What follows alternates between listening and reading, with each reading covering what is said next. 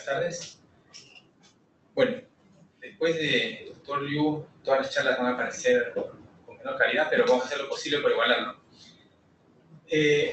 Siempre que hacemos exámenes radiológicos nos preguntamos, ¿un examen radiológico podrá reemplazar a un examen patológico y no será necesario una endoscopía ni una tomografía?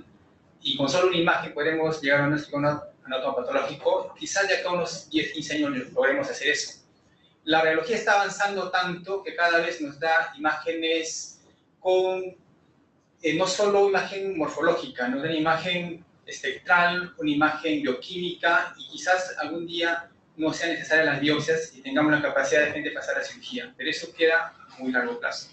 Entonces, el radiólogo, el patólogo y el centrólogo alguna vez se van a unir en una sola especialidad para llegar a un diagnóstico fino. Pero mientras tanto, ¿qué tenemos a la mano para un despistaje de cáncer colorectal? Tenemos tres exámenes importantísimos: una ecografía, una tomografía y una resonancia magnética. Yo creo que este gráfico representa lo que queremos decir. Una tomografía y una resonancia magnética son exámenes muy buenos, muy bonitos, pero muy caros. En cambio, una ecografía es un examen un tanto más sencillo, más fácil, más barato. Sin embargo, tengan en cuenta que la ecografía siempre está con la obligación de estar con el paciente. En cambio, la tomografía y la resonancia lo puede hacer un tecnólogo, lo puede hacer otro personal técnico, y el radiólogo o el médico solo viene a valorarnos. En cambio, la ecografía hay la necesidad de que el médico esté ahí, inserto con el paciente durante todo el momento. Pero vale para nuestro Perú la analogía de que la ecografía es un examen bueno, bonito y barato. Y en cuanto a imágenes, ¿qué nos aportan estas tecnologías?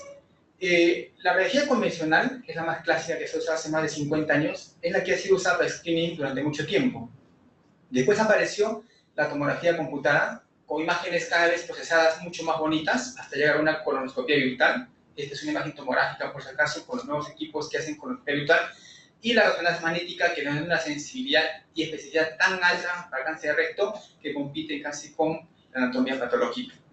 Y la ecografía se usa para algunas cosas específicas que la vamos a ver a continuación.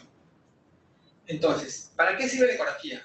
La ecografía tiene un muy valor hasta donde llega el traductor endorrectal, ¿no? La ecografía endorrectal es muy buena para definir cáncer de recto, no para un screening, pero sí para estadiar. ¿Para qué más es bueno? Existen unas técnicas nuevas que se llama hidroecografía. Se lo llena al paciente con bastante líquido, con enemas no líquido, y se trata de hacer un examen ecográfico buscando lesiones. Son técnicas nuevas que están apareciendo recientemente. El colon con enema es el gran caballito de batalla de esta patología colorectal. El doctor Jorge de la Flor, que fue fundador junto con el doctor Cáncer García en este hospital, hacía exámenes de colon con enema y encontraba tumores menores de 1 centímetro, mucho antes de que aparezca la endoscopía. O sea, mucho antes de que esté el boom de la endoscopía, el doctor con un solo examen de enema de colon hacía diagnósticos muy pequeños en cánceres precoces, tanto en estómago como colorectal. ¿Esto por qué se ha perdido? Si antes se podía, ¿por qué no se puede ahora? En realidad por cuestiones prácticas. Una endoscopía y una colonoscopía tienen la gran ventaja de tener una muestra anatomopatológica, y con eso no se puede competir por ahora. Eso ha hecho que los exámenes de colon a doble contraste cada vez sean menos frecuentes. Y actualmente se los usa básicamente para estadiajes, para planificación quirúrgica. Porque si bien es cierto, el cirujano confía mucho en el gastroenterólogo, pero no, él quiere ver dónde está la lesión, en el lado izquierdo, derecho, a qué tan distancia del ángulo hepático, del ángulo esténico, y esas cosas hacen que el examen de varitado doble contraste tenga un valor muy importante para lesiones ya conocidas y hacer una planificación. Sin embargo, no olvidemos que este examen fue hecho y fue inventado para un diagnóstico precoz, y así estuvo por muchísimos años antes de la endoscopía. Por consiguiente, en aquellos hospitales o lugares donde no existen tomografía ni resonadores de alta complejidad, debemos volver, y no existe por supuesto endoscopías, volver a esta técnica, que bien usada tiene un alto valor de sensibilidad para búsqueda de lesiones precoces. Entonces, ¿qué nos queda discutir ahora? Tomografía y resonancia magnética. ¿Cuál es la diferencia entre una tomografía y una resonancia magnética? La tomografía ha evolucionado muchísimo en estos años, muchísimo, ¿no? Hemos pasado de tomógrafos que hacían cortes milimétricos de un solo barrido a tenemos exámenes que hacen 512 cortes a la vez. Exámenes de tomografía que con un solo barrido tienen todo elevado el cráneo y con 2 barridos hacen todo el abdomen en menos de 1 segundo, ¿no? Por ejemplo, el tomógrafo que tenemos en el servicio aquí en el hospital hace, en una sola o 2 vueltas, te barre todo el abdomen inferior.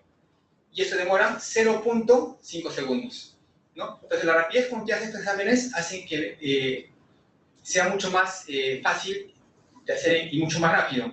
Y si a esto le agregamos que han evolucionado los softwares, entonces con los software ahora podemos hacer un análisis espectral y bioquímico de muchas lesiones y hacer exámenes tridimensionales como vamos a ver ahora. ¿Qué aporta la tomografía computada que no aporta la endoscopía? Las cosas que no ven, el hígado, la parte vascular, el peritoneo, el resto del intestino. Entonces, todas estas zonas que la endoscopía no ve, la tomografía te da como un extra. Puede dar planificaciones quirúrgicas para la parte vascular. Y últimamente, con los nuevos tomógrafos, podemos definir si una lesión nodular, en este caso, un paciente con cáncer de colon, era metastásico o no era metastásico, sin necesidad de llegar a una biopsia, ¿no? Entonces, este caso típico en cómo la evolución de la tecnología hace que las biopsias cada vez sean menos. En otras condiciones, este paciente dudoso para tomografía y para resonancia clásica, pasamos a biopsia. Con esta nueva tecnología de tomografía espectral, no es necesario, de tal manera que evitas una biopsia necesaria en pacientes con cáncer colorectal, para gente pasada al tratamiento, ¿no? ¿Qué más ha evolucionado en tomografía de resonancia magnética? Los tamaños. Antes los tomógrafos eran equipos pequeñísimos, ahora los equipos son bastante grandes, y los sonadores a la vez eran muy grandes y ahora son cada más pequeños, se están invirtiendo las cosas. Pero ¿cuál es la diferencia fundamental entre uno y otro? Es la forma en que nos muestra una imagen. En una tomografía computada yo puedo manejar tridimensionalmente todas mis imágenes y puedo reconstruir en muchas formas. Por ejemplo, mira, esta es una imagen tomográfica con una reconstrucción volumétrica. En este proceso es que se basa la colonoscopia virtual, o sea, la capacidad de modificar las imágenes y traspasarlas a una imagen tridimensional como esta. Entonces, es una imagen externa. Lógicamente, para una colonoscopia virtual puede haber una imagen más interna, pero el proceso es el mismo. En cambio, la resonancia magnética no tiene esta capacidad de manejar las imágenes en forma tridimensional, pero tiene la capacidad de, a través de secuencias, definir qué tipo de tejido estamos viendo. Por ejemplo, acá, con una sola secuencia, yo puedo saber si este paciente tiene estatosis o no estatosis, en base a su caída de señal, ¿no? Entonces, la resonancia magnética tiene muchas herramientas para definir la patología que estoy viendo. Pero aquí viene la diferencia más importante. Este es un examen tomográfico en corte sagital, en corte coronal, y una resonancia magnética en corte sagital y corte coronal. Entonces, miren cómo en el abdomen superior puedo ver el hígado, colon, riñones, estómago en forma precisa, y en la resonancia yo diría que casi igual. Pero la diferencia abajo, miren, este es el útero o miomas, no veo el endometrio. El resto, miren cómo lo veo con aire, no muy bien, pero si me voy a la resonancia magnética, veo perfectamente el mioma, veo el endometrio, veo la vejiga, veo el resto, sus paredes, el colon. Entonces, eso se llama resolución de contraste. Entonces, esa capacidad de la resonancia magnética de definir contrastes, de decir qué tejido es más sólido, más líquido, más grasa, eso hace que sea el gol estándar para ver patología de resto en estadiaje sobre todo. No en screening, pero sí en estadiaje. Entonces, el gol estándar para ver cáncer de recto es la resonancia magnética, incluso sin contraste endovenoso, cosa que la tomografía computada tiene esa desventaja, que siempre que tenemos que poner contraste endovenoso. Bueno, esta resolución de contraste hace la diferencia entre tomografía y resonancia magnética. Por consiguiente, la tomografía computada es mejor para evaluar el abdomen superior y las asas intestinales, sí. La resonancia magnética es mejor para evaluar el abdomen inferior y recto, sí. Entonces, tenemos que tener esos grandes conceptos. Si quiero ver el abdomen inferior, recto, tengo que ver resonancia magnética. Si quiero ver el resto del abdomen, la tomografía computada es un poquito mejor por su... Bueno, y definitivamente del tacto rectal nadie se salva, ¿no? Esto tenemos que hacerlo sí o sí. Esto lo pongo siempre porque el examen clínico es importantísimo. ¿Cuántos pacientes hemos tenido con un cáncer de recto al tiro del dedo y no han sido diagnosticados? Entonces, por más tecnología que tengamos, siempre recordemos que la parte clínica es muy, muy importante. Y no es broma, hemos venido a este hospital, tenemos de vez en cuando pacientes que tienen metástasis hepática, y ponemos el dedo y se cáncer a 1 centímetro de margen anal. Entonces, el cuadro clínico es importantísimo, no nos olvidemos que es más importante incluso que las nuevas tecnologías que están apareciendo. Otra cosa más, hay que saber escoger el método. Una tomografía computada para valorar cáncer de recto no es muy útil. Acabamos de decir que la resonancia magnética es el gol estándar. Por lo tanto, no creamos que algunas tecnologías, por más modernas que sean, como la tomografía computada, van a solucionar todos los problemas. La resonancia magnética igual ha ido evolucionando en el tiempo. Para patología rectal, ese gol estándar es cierto, hace ya varios años, pero tenía un inconveniente, tenía este de acá, que el pobre paciente tenía que estar con un antena endorrectal por media hora, ¿no? Si es incómodo con sedación tener una colonoscopia, imagínate un traductor endorrectal ahí teniéndolo por media hora, una hora, a veces hora y media. Bueno, felizmente, ya no sé, no se pongan tristes, esto ya mejoró. Los nuevos resonadores han evolucionado de 1.5 a 3 teslas, ya permiten hacer exámenes con la misma calidad sin poner un traductor endorrectal, ¿no? Entonces, estas imágenes que antiguamente nos daban miedo para hacer una valoración de recto ya han desaparecido. Ahora solamente el paciente se echa y se hace el examen con una sensibilidad altísima que permite ver con gran calidad toda la patología del recto, ¿no? Entonces, insistimos, patología de recto para screening no hay un método adecuado, el examen clínico es quizás mejor que todos, y para estadiaje, la resonancia magnética es el gol estándar actual. Ahora, ¿qué tenemos para el resto de colon? Comenzamos con una radiografía simple. ¿Ayuda una radiografía simple? Para un diagnóstico precoz, definitivamente que no. Pero nos da signos indirectos de una patología de colon. Por ejemplo, este paciente que viene por un abdominal tiene un colon sumamente dilatado, sumamente dilatado. Quiere decir que hay efecto obstructivo. ¿Quiénes hacen efectos obstructivos? Las patologías tumorales del colon izquierdo. Este es un cáncer de colon sigmoides. Otro paciente que viene con dolor abdominal y dilatación de áreas intestinales delgadas, ¿no?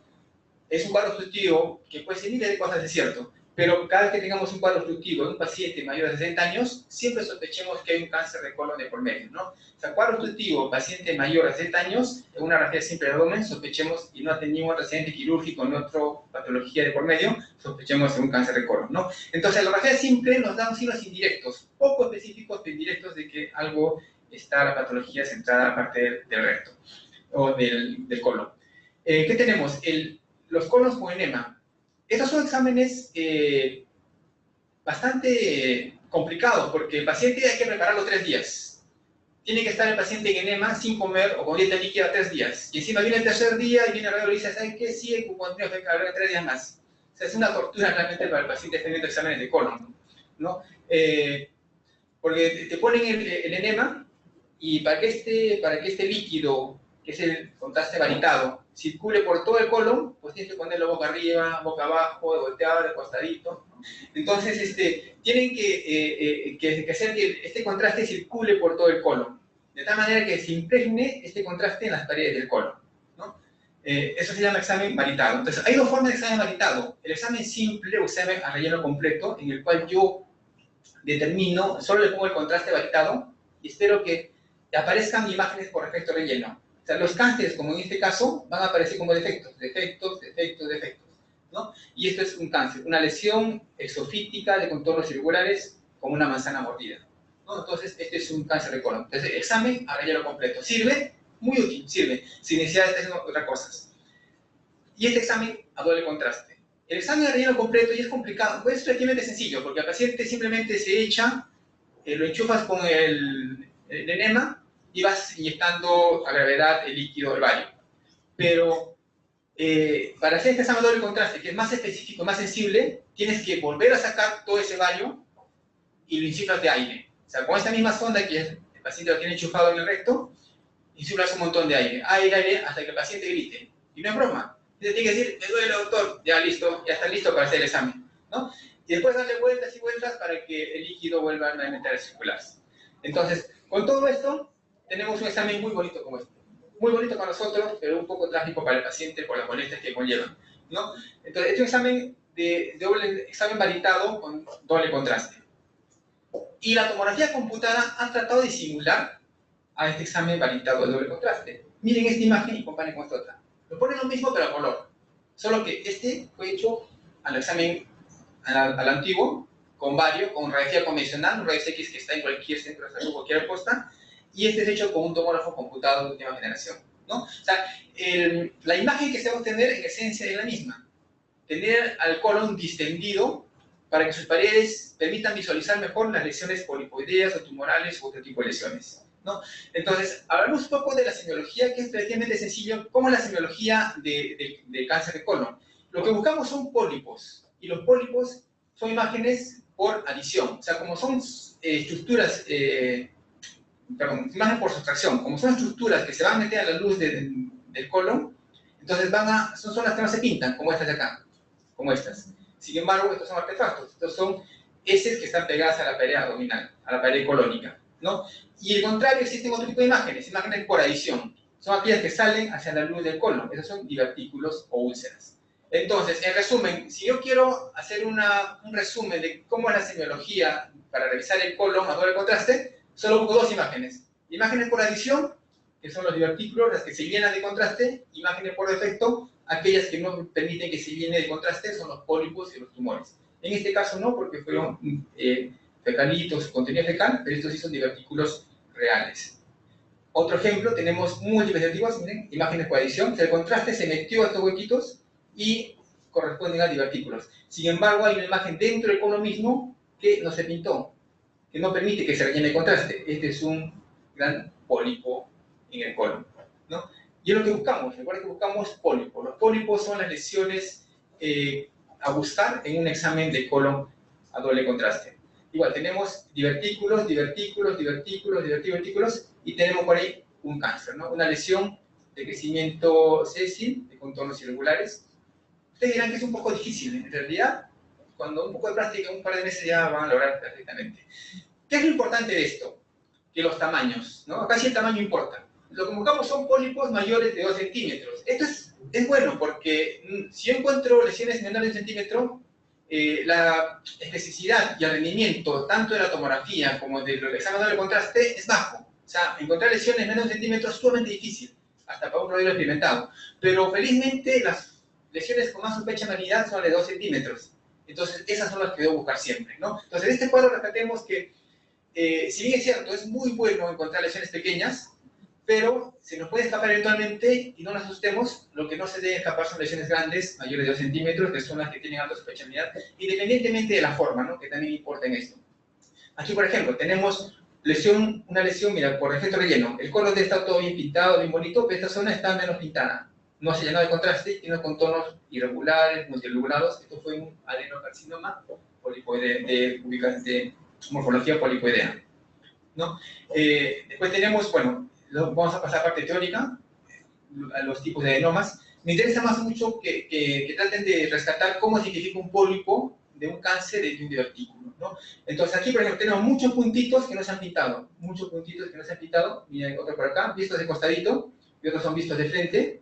Entonces son las diferentes formas en que aparecen los pólipos. El paciente tiene una poliposis familiar colónica, ¿no? Entonces, pólipos, imágenes por defecto relleno, son zonas donde no se pinta el contraste, o no se de contraste, y que son lesiones sospechosas de malignidad, ¿no? Bueno, ya saben que los adenomas tienen diferentes tipos y que importa mucho la forma. Si yo tengo un pólipo de más de 2 centímetros y si encima es irregular de implantación sésil, entonces esa lesión es altamente sospechosa de malignidad, ¿no? Entonces, solo tres líneas a tomar en cuenta: tamaño, más de 2 centímetros, implantación que sea sésil, no pediculado, y contornos irregulares. Con estos parámetros, alta sospecha de malignidad. Pero eso no quiere decir que las lesiones pequeñas, polipoideas, no las hagan nada. Una vez identificadas, probablemente igual tengan que pasar a gastroenterólogo o para hacer una biopsia. Nadie quiere vivir con un pólipo y sabiendo que va a malignizarse en un tiempo determinado. Pero no todas las lesiones por defecto relleno son pólipos o cánceres. Este, por ejemplo, fue un linfoma. Entonces, esto se lo pongo porque la especificidad no es buena. O sea, son muy sensibles para buscar lesiones polipoideas, lesiones por efecto relleno, pero uno puede saber si eso corresponde a un cáncer, a un adenoma, o en este caso a un linfoma, ¿no? Entonces la especificidad va a variar mucho. Y igualmente, ¿no? Yo puedo definir si esta lesión tiene un pedículo grande o un pedículo chiquito. ¿Qué es importante de este cuadrito?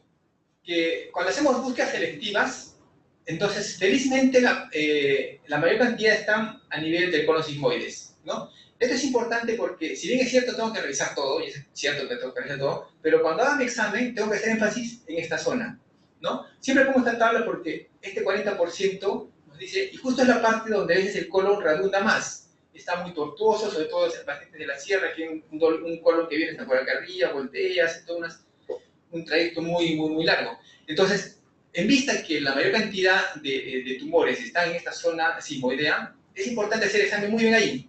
Es por eso que aquí hay que paciente darle vueltas, ponerlo de costado, ponerlo oblicuo, ponerlo en una posición u otra, de tal manera que con los sigmoides se disocia y puede ser visto en toda su extensión, para que no se pasen las lesiones tumorales. Muy bien, esto, bueno, esto saben mejor los, no sé si me van a refutar los que hacen endoscopía, pero hay hasta un 10% de lesiones que no se pueden ver en el ciego, a través de la colonoscopía. No, lógicamente, es operador dependiente. Hay un 12% de pólipos que tampoco lo van a ver los colonoscopía. Hay perforaciones y riesgos de muerte muy bajos, pero existen. Entonces, ¿esto para qué lo pongo? Porque el método perfecto no existe. O sea, si bien es cierto, la colonoscopía es el examen, es el gol estándar, de hecho. De hecho, es el gol estándar para el estadiaje y para la búsqueda de cáncer de colon, pero tiene sus pequeñas complicaciones y sus observaciones que acabamos de ver, ¿no? De la misma forma, para el cáncer de colon, el enema varietado del que estamos hablando, miren, con ese contraste simple llega hasta 77-95% de lesiones mayores de 1 centímetro. Y cuando son menores de 1 centímetro, miren cómo baja espectacularmente. Entonces, ¿qué es lo importante? El examen doble contraste, de hecho, que es un tanto mejor que el examen simple, de enema simple. 1. 2. Que las lesiones menores de 1 centímetro se me van a perder un montón. 18%, 71% de sensibilidad es un montón, o sea, se nos van a perder muchas lesiones. O sea, no nos preocupemos por eso. Y en cuanto a la certeza, en estadiaje. Entonces, la tomografía y la resonancia magnética son muy certeras para hacer un estadiaje, hasta el 90%, igual que la metástasis ganglionar, baja un poco su rendimiento. Con ese estadiaje, que no es el motivo de la charla ahora, y esto lo he puesto porque este es el primer obstáculo que tienen los enterólogos cuando hacen endoscopías. Pasan, ponen el colonoscopio, y encuentran un cáncer, ¿no? Entonces encuentran un cáncer y acá se queda, y no pasa más. Pero recordemos que hay hasta un porcentaje importante de cánceres sincrónicos, como este caso. Entonces, el endoscopio se quedó aquí, no llegó acá. ¿Y cómo va a ser el diagnóstico de este distal? A través de estos exámenes. Entonces, la primera indicación de una colonoscopía por tomografía o con enema, como el caso que estamos viendo, es cuando el endoscopio no pasa, ya sea por la presencia de un tumor ya existente o por otras alteraciones. Entonces, esa es la principal indicación actualmente de la colonoscopía virtual y de la colonoscopía a doble edema. O sea, una colonoscopia frustra o incompleta que no llega a evaluar la totalidad del colon, por la presencia de una lesión como en este caso, que fue un sincrónico, ¿no? Bueno, este es un cáncer típico. Esto no debiera ponerlo para la charla, porque la charla es de detección temprana del cáncer de colon. ¿Usted cree que esto sea temprano? Fíjate que no. Este paciente debe haber tenido algún tipo de obstrucción intestinal, algún tipo de sangrado, anemia, todos los síntomas que conocemos, ¿no? Entonces, no debemos llegar a esto. Como imagen es fácil en el diagnóstico, pero no debemos llegar a eso porque no es el objetivo. La idea es buscar lesiones polipoideas pequeñas, ¿no? Esta es una imagen de la misma paciente en colonoscopia virtual, para que vean que, miren, la calidad de imagen es exactamente la misma, ¿no? Entonces, solo que este equipo cuesta $20,000 y este equipo cuesta 2 millones, ¿no? Entonces, esa es la gran diferencia en cuanto a los equipos, el costo de los equipos para hacer los exámenes. La colonoscopia virtual compite con la colonoscopia normal, convencional, mano a mano, ¿no? Las imágenes que nos dan, mira, son parecidas, ¿eh? Nos dan imágenes, esta imagen 3D, una imagen de colonoscopia. O sea, la imagen es muy similar. Y si a esto le sumamos que puedo hacer imágenes en múltiples planos, pues tengo un examen que compite. ¿Cuál es el gran problema? Que no hacemos biopsias. En realidad, no hacer biopsias siempre va a ser el talón de Aquiles de los exámenes radiológicos, cosa que lo puede hacer con endoscopía o colonoscopía. Estas son las indicaciones de una colonotomografía. Hay clásicas. La más importante es esta, una colonoscopía incompleta, ¿no? Ese es donde está quedando actualmente. Y aquellos pacientes donde no contamos con gastroenterólogos en la cantidad suficiente para hacer exámenes de colonoscopía, lógicamente, ¿no? Esta es la imagen que nos da una colonoscopía virtual, ¿no? Tratamos de simular a lo que el endoscopista ve a través del equipo. Sin embargo, les diré que esto no nos sirve. O sea, en realidad es lo que menos vemos esto. Es lo que más les gusta a los gastroenterólogos, es lo que menos vemos, ¿no? Lo que más vemos nosotros es esto. O sea, miren, vemos estas imágenes axiales, sagittales o coronales, porque nuestro objetivo es ver el tamaño real, nuestro objetivo es ver la relación con la pared y con el resto de la grasa peritoneal, ¿no? Entonces, esto nos puede servir como una parte de búsqueda, una parte de navegación para el bebé colon, pero en realidad el diagnóstico final lo vamos a hacer en las imágenes planares clásicas de tomografía computada. Igualmente aquí, miren cómo tenemos una colonoscopia virtual, hecha la estenosis, y acá tenemos el cáncer de colon. Mira, acá en este examen, por ejemplo, esta colonoscopia virtual, yo veo la estrechez, pero no ves esta estrechez, es grande, chiquita, bueno, acá ha sido perfectamente el grosor de la pared tumoral como llega. Pero igual estamos viendo lesiones grandes. Realmente el ideal sería encontrar estas lesiones, miren, pequeñísimas, pequeñísimas. Una lesión de menos de 1 centímetro, localizada por una tomografía con colonoscopia. Quiero hacer hincapié acá, miren, este examen fue hecho insuflando aire, similar al examen de enema doble contraste. O sea, el paciente lo insuflo de aire, tanto que el paciente de verdad que tenga que decir, doctor, ya no me insufle nada, y el colon mira cómo está bien inflado, y por eso puedo ver estas lesiones polipoideas, por eso puedo ver estas lesiones. Si el paciente no le insuflara en la cantidad suficiente para hacer este examen, mi examen sería con bajo rendimiento. Entonces, el principal inconveniente de esto es el dolor que experimenta el paciente por incomodidad de estar insuflando hasta que nos permita ver la pared perfectamente, ¿no? Existe el software que nos pinta, que nos busca lesiones. También son, bueno, cada software les cuento que cuesta un promedio de $20,000, entonces es un problema también tener un montón de softwares. ¿Qué más nos aporta la tomografía? Una vez que he evaluado a través de colonoscopia virtual, con el mismo examen, o sea, si desea hacer otro examen, vuelvo a reconstruir el resto del abdomen. O sea, tengo dos exámenes en uno. Por una parte, evalúo virtualmente las paredes del colon internamente, y por otro lado, tengo un examen convencional de tomografía, con una sola aplicación de contraste, con un solo examen. Quizás sea la ventaja más importante. En el supuesto de que hace un cáncer, ya a su vez tengo un estadiaje de todo el abdomen, ¿no? Y evito que el paciente vuelva a venir en otra segunda oportunidad, ¿no? Quizás sea el gran plus de la tomografía de la colono-CT, el tener dos exámenes en uno, que es el examen del colon y el examen del abdomen general. Mira acá el tumor de colon, y acá vemos perfectamente cómo está el resto del hígado y el resto del abdomen. Estos son los parámetros que tienen que aprenderse. La sensibilidad de la colonoscopía por tomografía computada llega hasta un 90-93%, para que vean cómo compite con una colonoscopía real. Y en los adenomas de 6-7 milímetros baja un tanto más, ¿no? Y no se encuentran lesiones menores de 5 milímetros. Casi imposible, se confunde con los elementos fisiológicos, ¿no? Entonces, esta estadística es el promedio de lo que hay en el mundo. La enseñanza es que sí, la tomografía, la colonoscopía por tomografía compite con la colonoscopía normal habitual. La diferencia, nuevamente insisto, no hacemos biopsias, la gran diferencia. Y existen ya parámetros para informar, ¿no? Así como en colonoscopía hay parámetros C1, C2, paciente normal, anormal, alguna variación, ¿no? Esas cosas que lo van a encontrar cuando haga un informe de colonoscopía. ¿Y qué hay de nuevo? ¿Qué hay de nuevo en base a la tomografía? En vista de esta incomodidad del paciente de estar insuflándole de aire cada rato para hacer un examen, dijeron, mejor en vez de llenar con aire, lo llenamos con agua a gravedad, ¿no? Para que el paciente no tenga tanto disconfort, y eso hicieron. Entonces ya en 2011 fue un primer paper que apareció, en vez de llenarlo con aire, llenaron de agua. Se llama hidrocolocT, ¿no? O sea, la única diferencia, en vez de aire, líquido. El procedimiento exactamente el mismo. La búsqueda exactamente el mismo. La sensibilidad, la especificidad de rendimiento exactamente el mismo. Por ser una tecnología nueva, recién están saliendo estudios grandes que validen si compite o no tal cual con la colonoscopia clásica, pero la evidencia que está yendo hacia ahí, ¿no? O sea, la hidro-CT está siendo el nuevo reemplazo de la colonoscopia habitual con tomografía, con insuflación de aire, porque es un tanto más confortable para el paciente. Básicamente por eso, ¿no? Y existe literatura, es una de ellas, que trata de evaluar si la difusión de agua, o sea, el hidrocolocT, funciona o no para estas cosas.